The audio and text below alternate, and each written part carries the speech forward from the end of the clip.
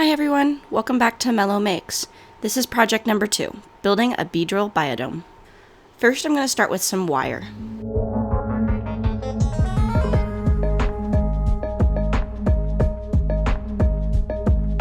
Once it's been twisted into a twig-like shape, I'll be covering it with clay.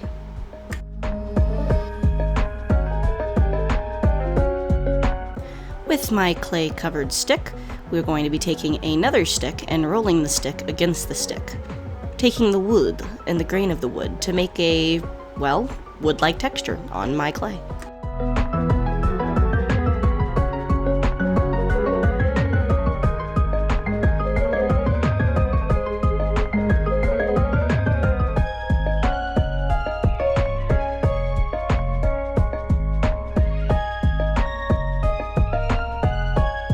I'm going to put this off to the side and pull out some aluminum foil, and I'm going to roll and roll and try to make a nice shape for a rock.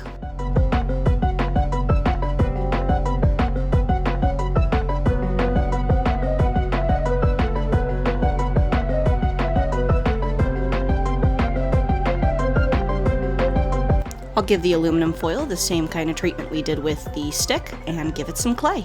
Now we need to give it some texture, and I know no better way than to use rocks. Thanks, north of the border.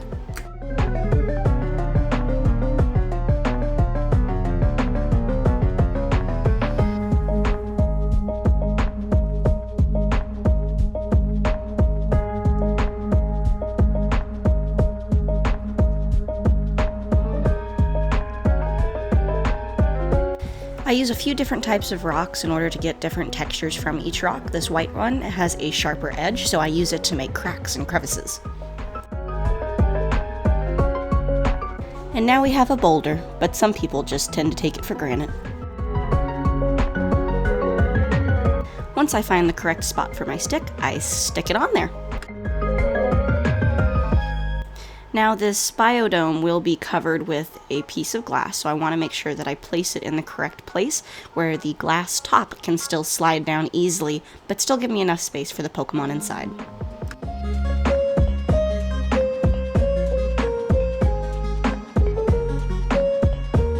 With the base all finished, I think it's time to finally start the Pokemon.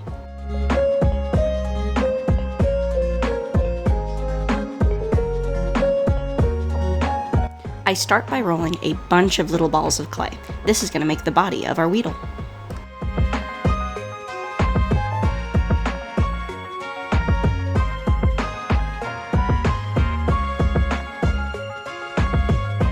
The little balls that appear, that's going to be his feet.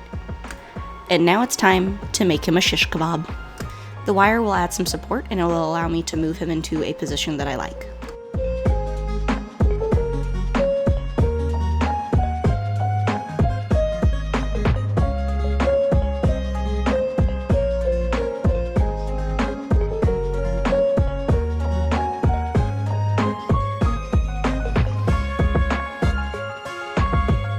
Next, I take a ball and add a point for his tail.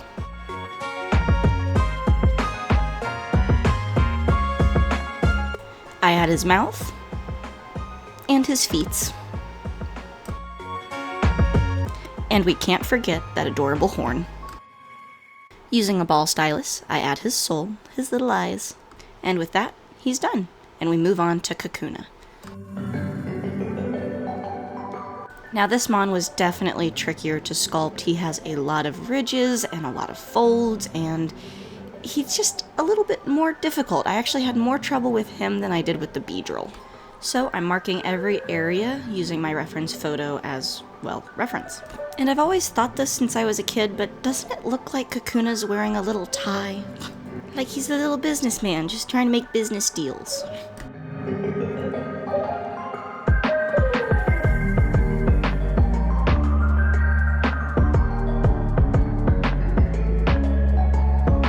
Next up, I add his lapels.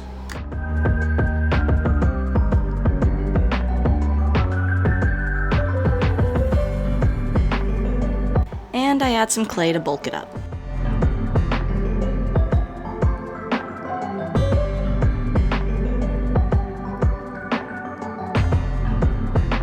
Next up, I make his little dome. Once I find the shape and size that I'm happy with, I go ahead and use one of my styluses and press in where I want his eyes to be. They're kind of pointy teardrop shapes, so that's what I'm going for. Full disclosure here, this is not the one that I used for my statue. I actually decided to make another one off camera. This one just felt a little bit wonky to me.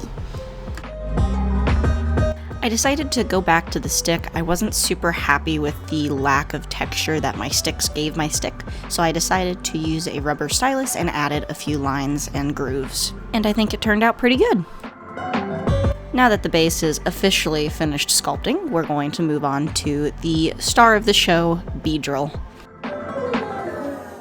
For Beedrill, I make a few different sized balls, so that way I can make his abdomen, his head, and his thorax.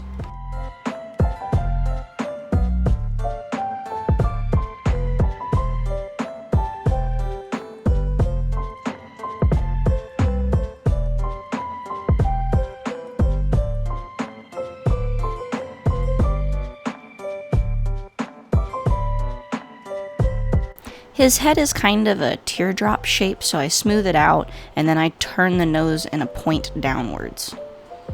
Oh, I should probably add some support here.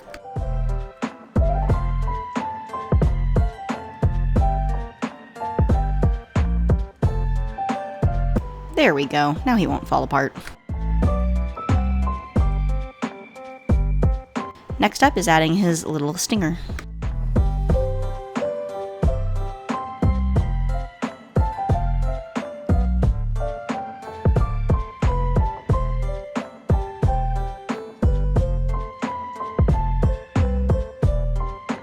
I was torn between using clay or using resin to make his eyes because they are off of his head and very bright red. I decided to go with the clay instead. I am just not very well versed in resin yet, but I do use UV resin a little bit later on in the video.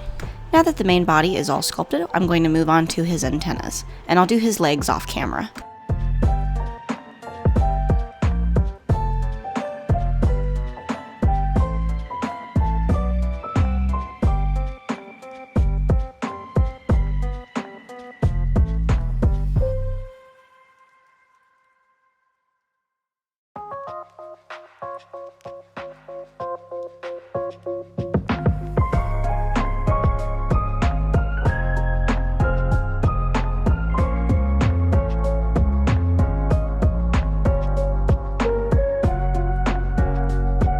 And there we go, we have his little feelers.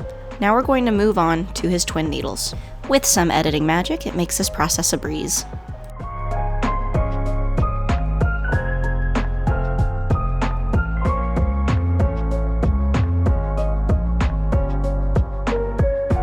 And there we go. Step, step, step, step, step. Step, step, step, step, step, step, step. Now we assemble our Beedrill. I also went ahead and decided to sculpt a few Pokeballs as well as little decorations.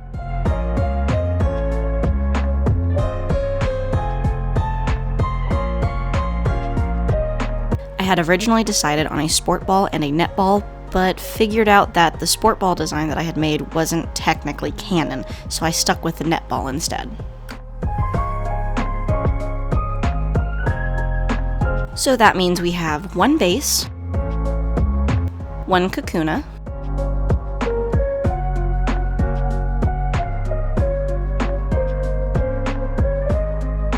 one Weedle, two Pokeballs, and all of the pieces for Beedrill. I think it's time for a painting montage.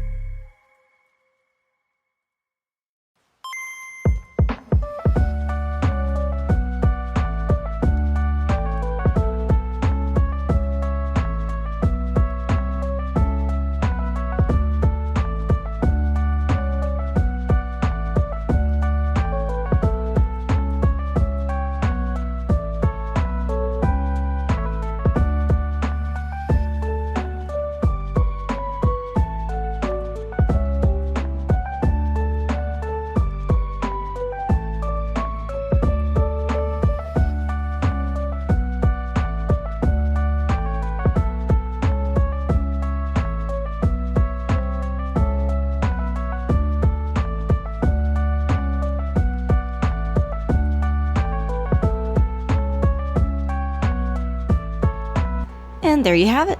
Everything's all painted.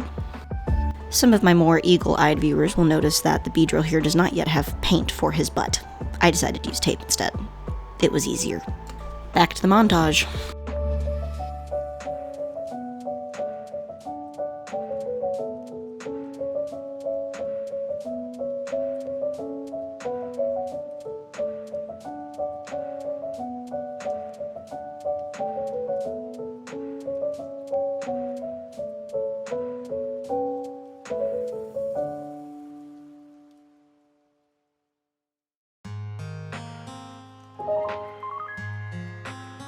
And there you have it. Our Pokemon and our base are fully painted. And now it's time to move on to the Beedrill's wings. I pull up a picture of him on my iPad and use some thick cardstock in order to trace the outline of his wings and the design as well.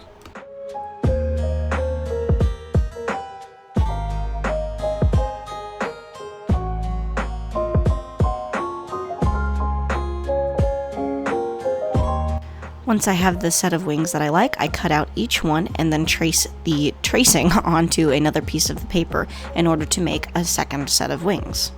This leaves me with 2 big wings and 2 small wings that all go together, and then I trace it and use a black marker in order to kind of thicken them up a little bit. So we end up with something like this. I use my fingers to fold and bend the wings as well. And now it's time for assembly.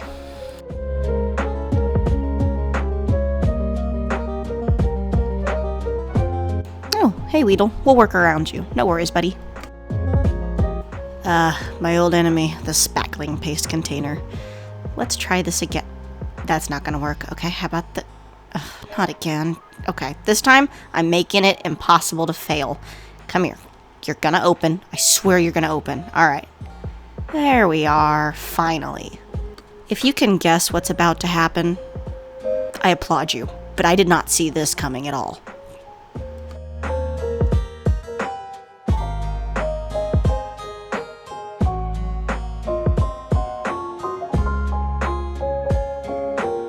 I mean, it is one way to get the paint out of the container.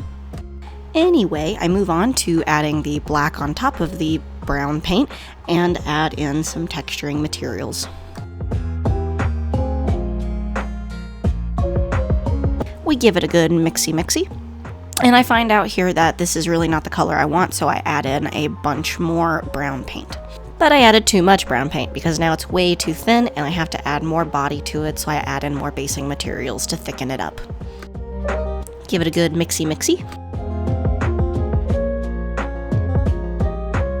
And now it's time to scoop the goop.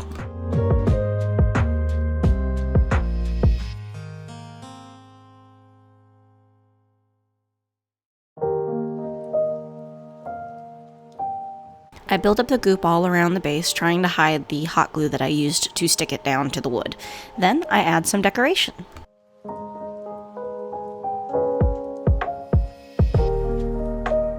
Most of these plants are actually from bigger plants that I got from my local hobby store, and this is some redwood debris that I got from Huge Miniatures.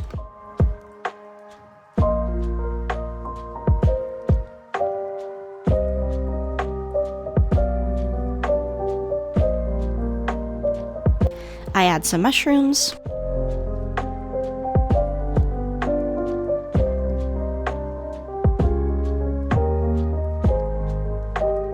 the netball,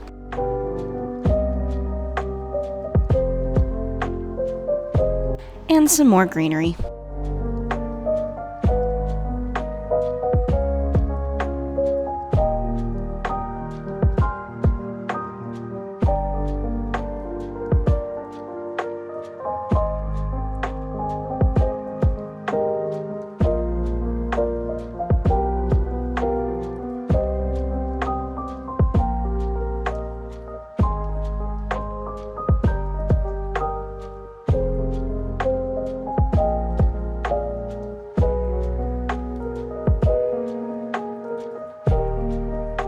I add some goop on the top of the rock in order to act as glue for the next step.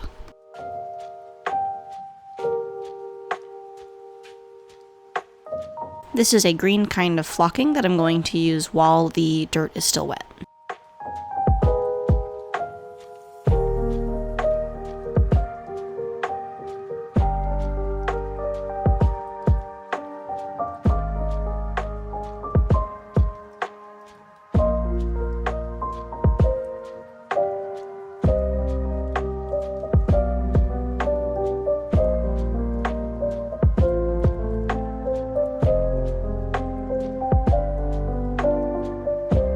I knock off the extra and save it for future projects. I wanted to try something new that I've never done before, so I decided to take UV resin and coat each of their eyes with just a small drop. I really like how it turns out, so I'll be doing this again. I add UV resin to the other Pokemon's eyes, as well as the top of the Pokeball. And with that, it's on to the project pictures.